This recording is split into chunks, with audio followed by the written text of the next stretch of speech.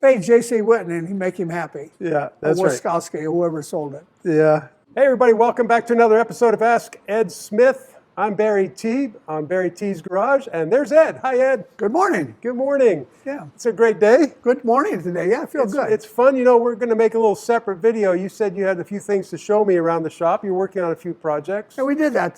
So well, that'll be a different video, but that was a lot of fun. Yeah.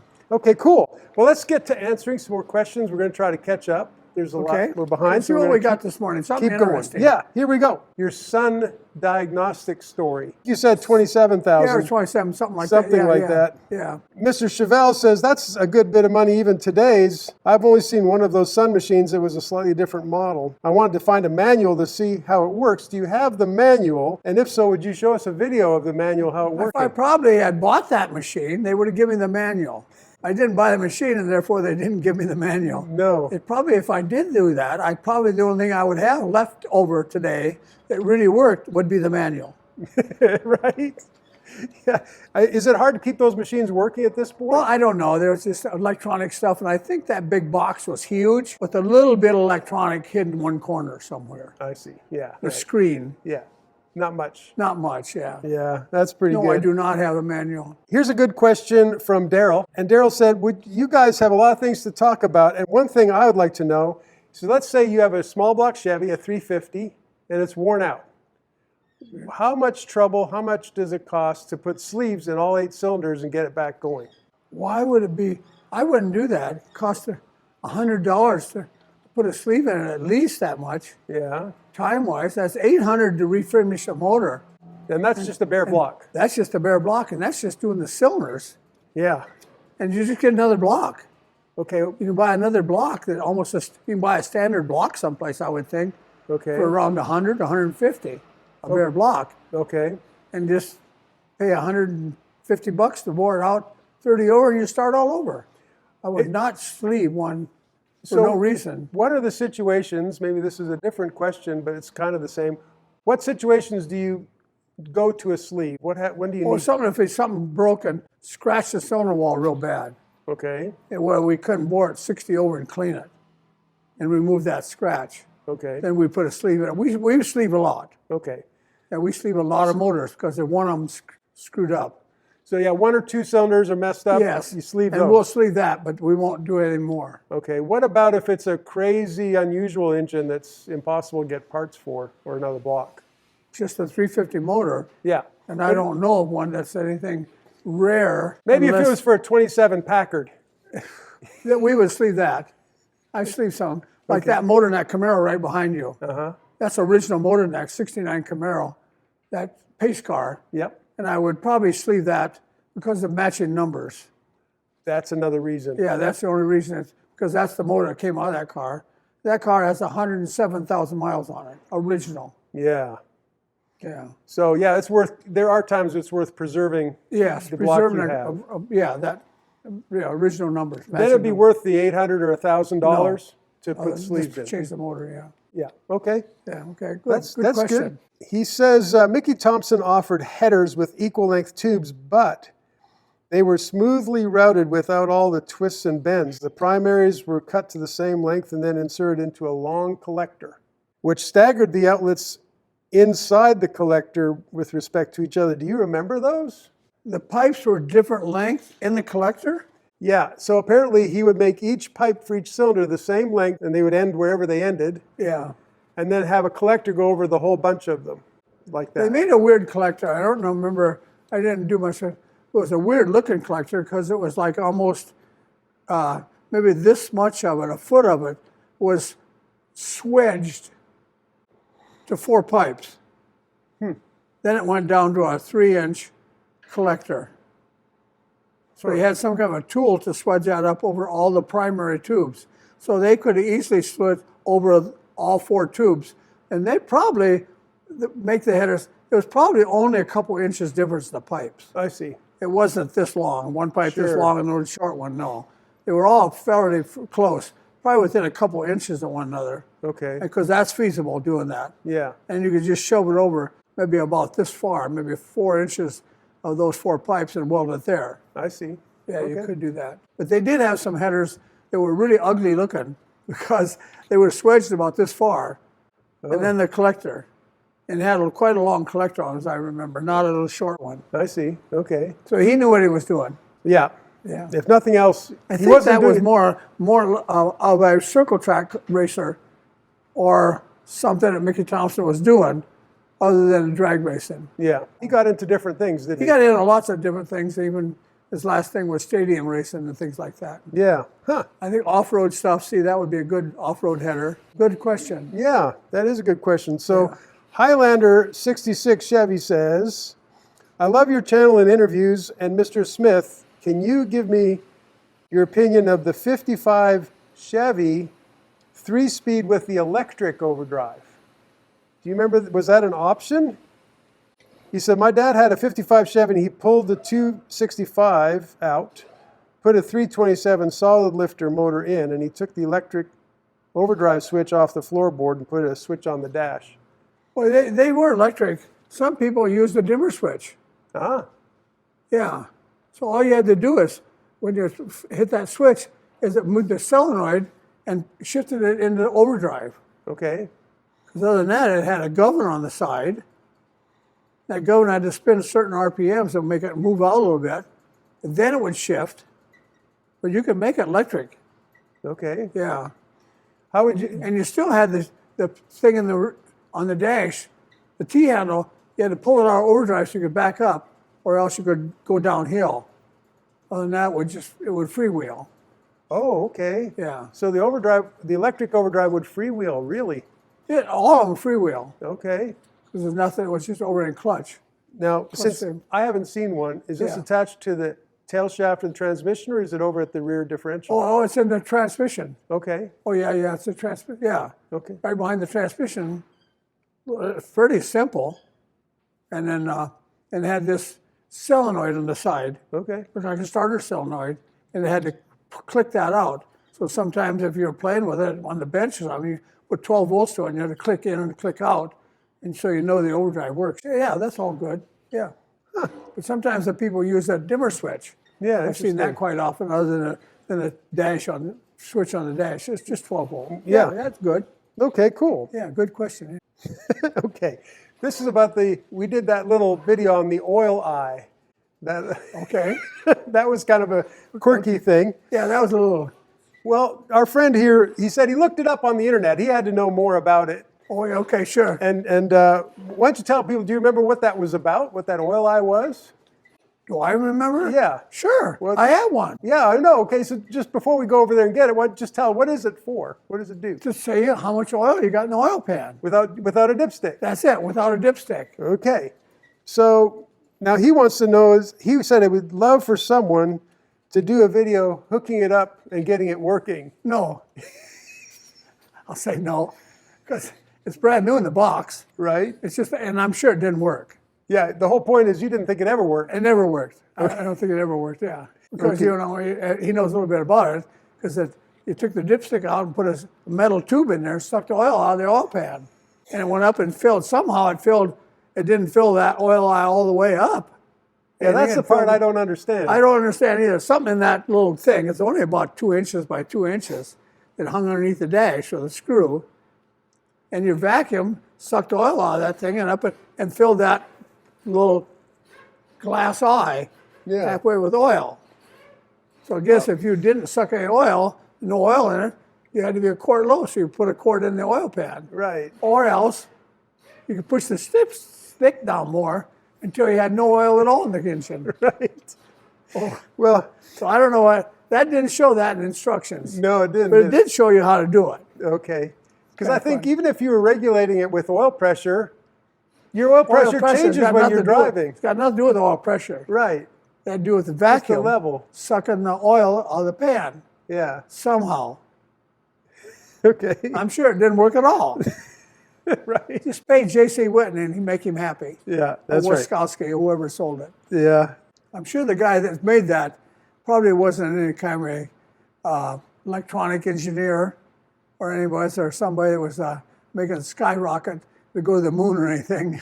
We talked about rebuilding a starter or a generator with that armature you have. Yes. He said, do you have a growler? I do not have a growler. We used to have at the shop. Okay. That was the thing, you plugged it in, and then it would magnetize that whole armature where you rotate it by hand. It was kind of hard to turn it. Oh, I see. And the growler made sure everything, if it won't turn it someplace and it didn't magnetize, then it was the wires inside the armature were broke. I see. That's how you check that. So maybe somebody somewhere still fixes They those. probably have one. It was just a magnet with the two little braces on it. You put the armature, set it on there, and turn it by hand. Okay. Growler. Yeah, I haven't heard that word for a long time, or anybody ask about it. That guy must be old. Tora says, we've talked about the Chevy Stroker 383. He said he wants to know about an equivalent version for the Ford. If you get a 393 crank, he calls it, for the Ford 351 Windsor, and use a 302 pistons, you can come up with a 393 stroker. Well, we use a 351 Windsor, we make it to or 400, Yeah. at 406 or something. Yeah. Makes a really nice motor. Or else the Ford, you can buy those cranks cheap enough now. Even get with somebody that has one that didn't want it or something. The 302 making a 348, and that makes it a pretty good motor too. So you recommend that one, huh? Yeah, for 302. Yeah.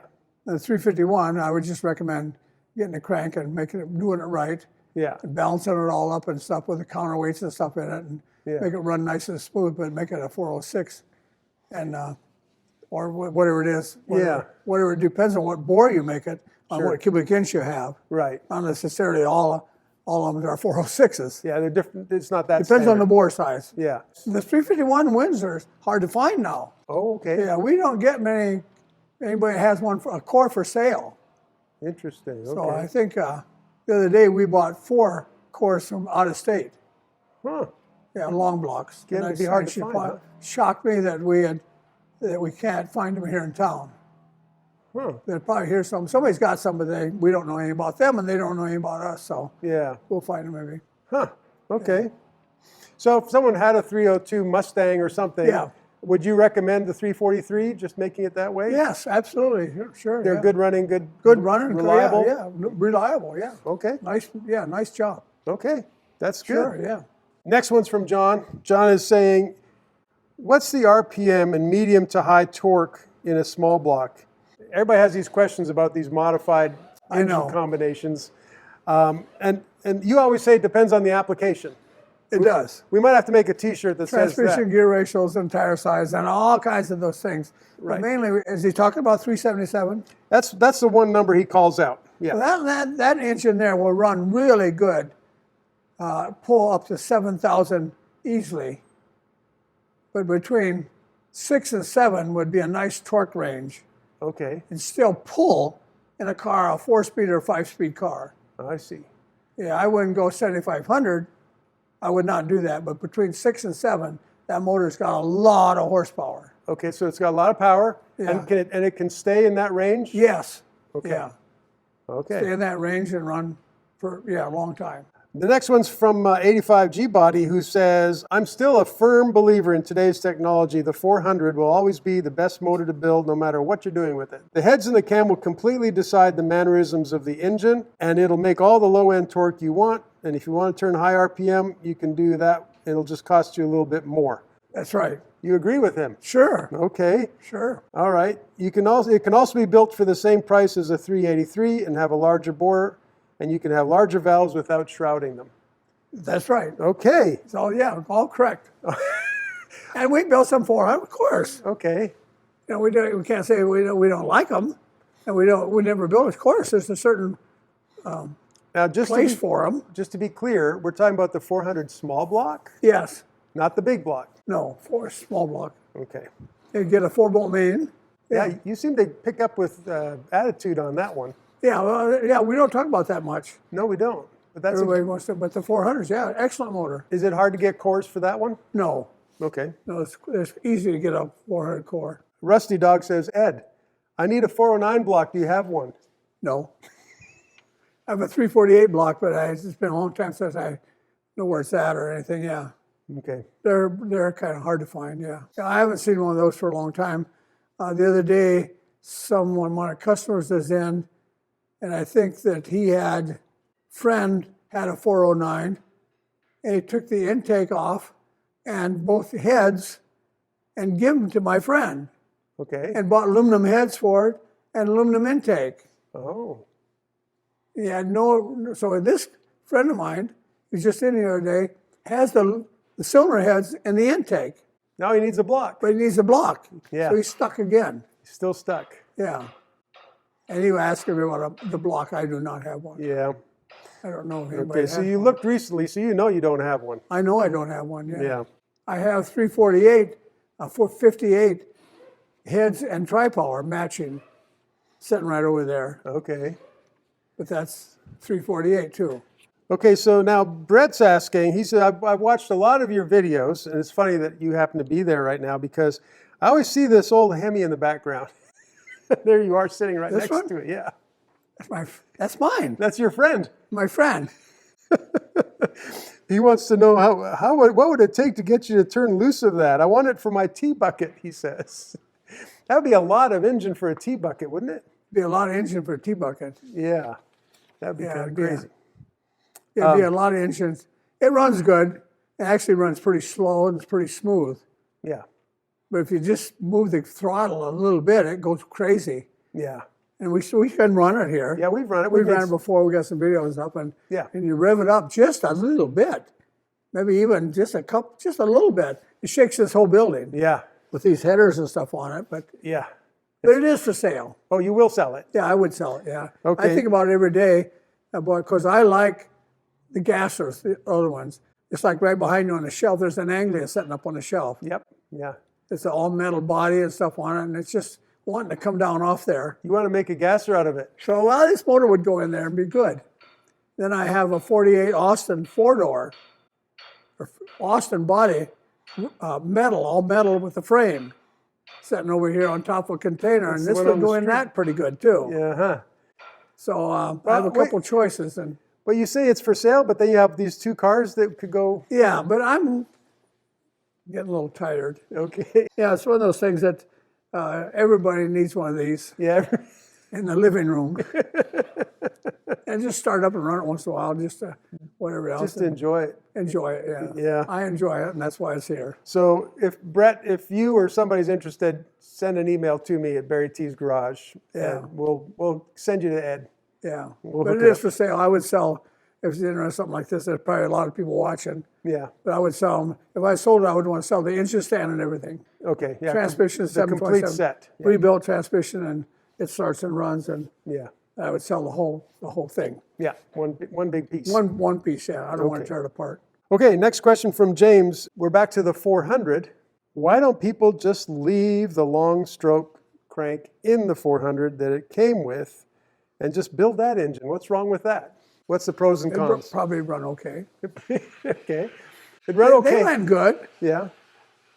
What are you gaining when you modify it? Well, you short stroke, so it winds up quicker.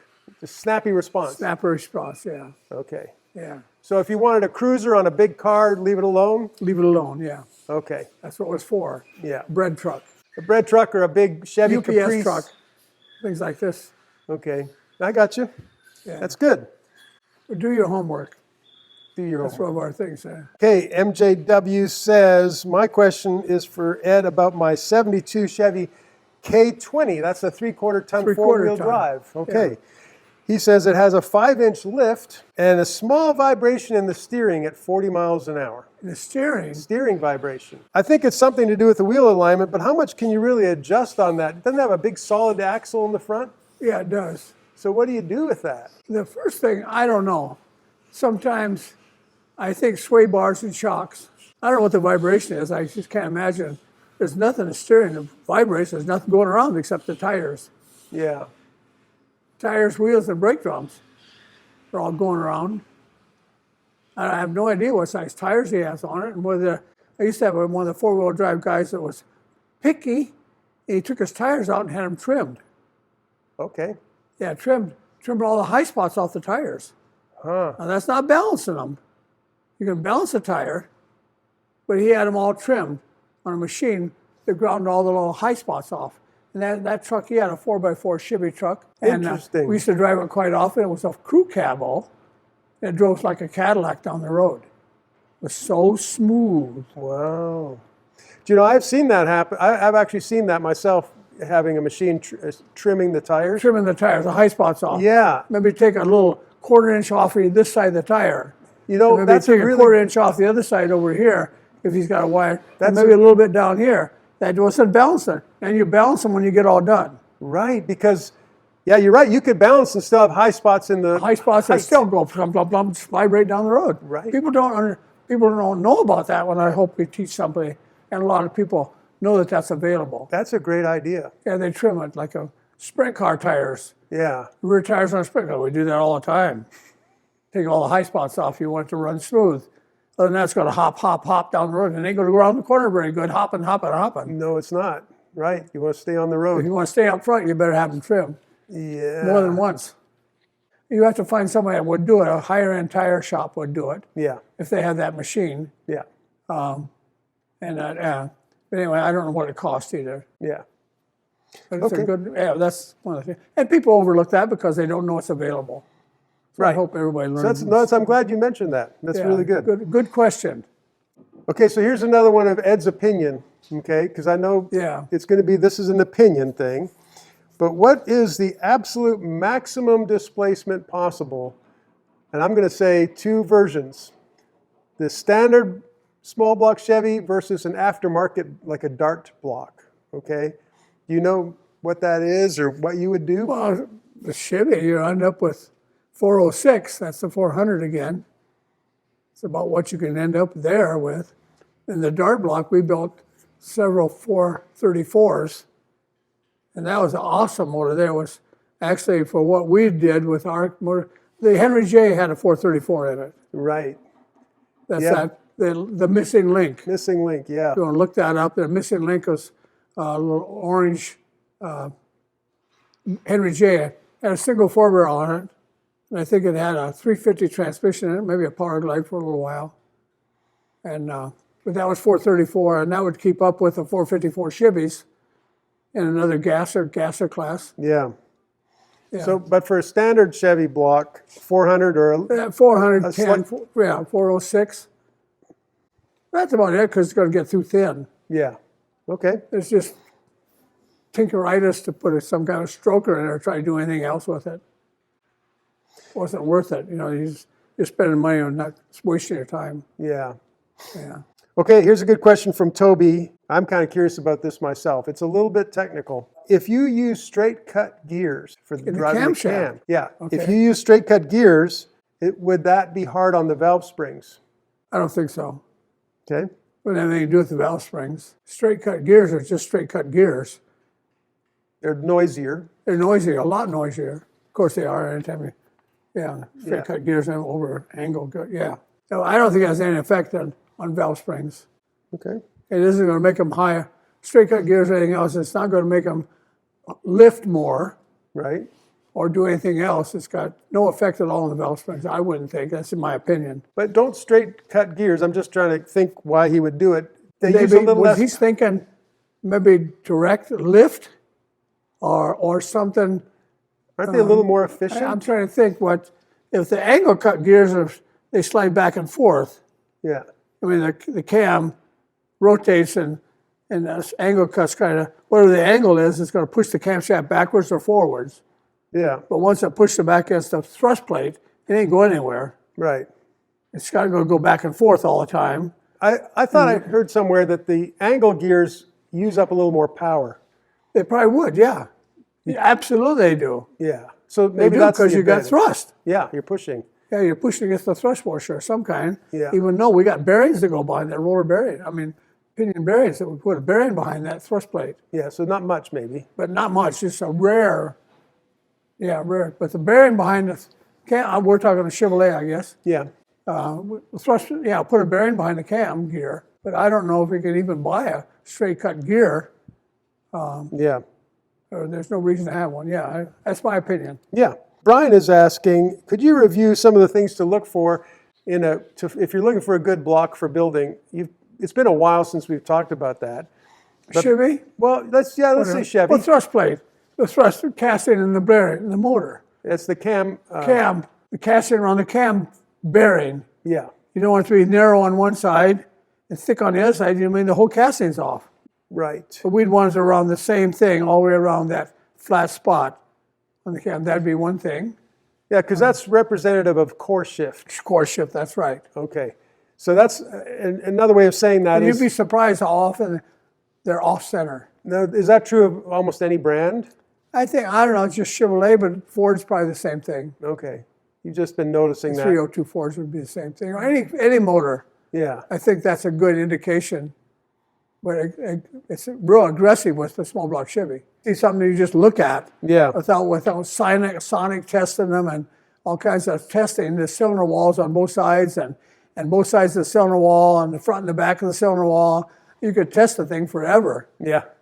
And try to find one that's perfect. Maybe you can't even find one. Yeah, because they're all getting old now. Because they're all cast. And cast is a poured liquid. And anytime you got a Chevy motor, or any motor, I don't care what kind it is, it's uncommon to you get all done. You got a hole in the cylinder wall. You got one cylinder wall, one maybe. It's real thin. Mm-hmm. You can't tell that until, Yeah, okay. So they're not perfect at all. There's not. Okay, so Roger is writing in. He's kind of frustrated. He had a Chevy 350, and I guess it was rebuilt or something. He idled it down to where the cam sounded good and would have 0 oil pressure, which doesn't sound good. He put on a high volume pump to fix it, and it didn't do nothing. Because the high volume pump's got bigger pipe, bigger tube, bigger filter, bigger gears, maybe a 1/4 inch longer gears. It didn't do anything to the pressure. Okay. It's volume, it's not pressure. Volume, yeah. Okay. So he thinks whoever built the engine left the plug out above the rear main bearing. Does that sound possible? Sure. Okay. Absolutely. And that's the plug that goes in the oil galley. Where the oil, if it's a small block Chevy, I don't know if that's what we're talking about. Well, he said Chevy 350. Yeah, okay. Take the oil pressure gauge off, put a wire down there, and that wire has to stop on that plug. Other than that, the wire will go all the way down the main bearing. Okay. That plug is drove in from the main bearing. So you can test to see if that plug's there. That's right. By taking the oil pressure gauge off and right down the same hole, small, like a 1/4 inch thing. And then measure another one that has it in. Okay. Yeah, I would find one that has the plug in it, like a core motor from a machine shop. Right. And just go side by side and see how it happens. Side by side, see if it all goes in. If it stops the same one that's got the plug in, you know the plug's in there. He could have left the oil galley plug up in the front too, behind the front cam for the front timing gear. There's 2 plugs there, 3. Down there and measure one that's got the plug in. You'll know. Good question. Wow. Okay. Yeah. You don't have to take the motor apart and the main bearing and everything else and find out it's in there. Right. Yeah. You save a lot of work. If you know the plug's missing, then you know you got to take it apart. But just take the oil gauge off. Yeah. Okay. That's One really right good. behind the distributor. If he's listening right now, I bet he feels better knowing there's a way to check. I hope so. Yeah. Right behind the distributor, that little where the oil gauge is in. Just check it. Okay. Perfect. That's a perfect place to stop. Okay, good. So, Ed, thank you for answering all these guys' questions. Okay, good. We have a lot of fun with that. Fun time, yeah. I thank you for writing in the questions, and those of you that stayed to the end, you waited for the best part. Yeah, have a good day. Yeah, we'll have a good day. Yeah. All right, we'll see you on the next one. Okay, good. I knew one old guy that died, and supposedly his job was to ride in the railroad cars. If you can imagine a railroad car full of chickens, live chickens. Wow. And there was a hallway you could walk down through the middle and water them and feed them. And there'd be chickens in those wooden crates. There must have been hundreds of them. What? Hundreds. Probably. Thousands of chickens in that thing. Several rows in a whole train car. Maybe 2 or 3 train cars full of chickens. That's how they shipped them to some place that was raising chickens or something. Yeah. And he worked it and fed them. Wow. The old man, of course, he died from it. Probably. From all the diseases and the dust. Yeah, inhaling all that. Inhaling all that shit. So I remember we used to go visit his son, was a good friend of ours, and my mother taught his son in a one-room school across the street from where they lived. But we were there that night, and we used to go watch TV Saturday night. That was my dad's, but we didn't have a TV. Big old TV this big, with a screen about this big around. And then he had to go out and put a pipe wrench on it and twist the antenna. That was 34 miles from Fort Wayne, about 50 miles from Toledo. You have to turn the thing so it went toward Toledo. Okay, that's it right there. Stop. Got a good picture. Okay. We'd watch a Toledo station then. Oh. You go out with a wrench and turn the whole pipe to the Toledo, Fort Wayne station to watch.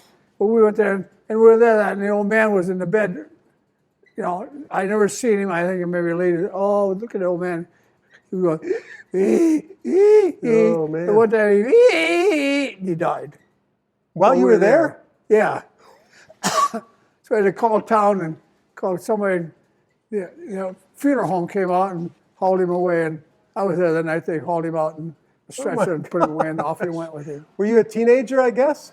I was younger than a teenager. Oh, not even teenager, probably 6, 7 years old or something like that. But his job supposedly was ride that train and feed the chickens. What a job, you know. Wow, that's terrible. With no fresh air, nothing. But anyways, that's part of it. But this mina then kicked in, and our school bus used to stop under, it was a railroad tracks, there was a bridge underneath.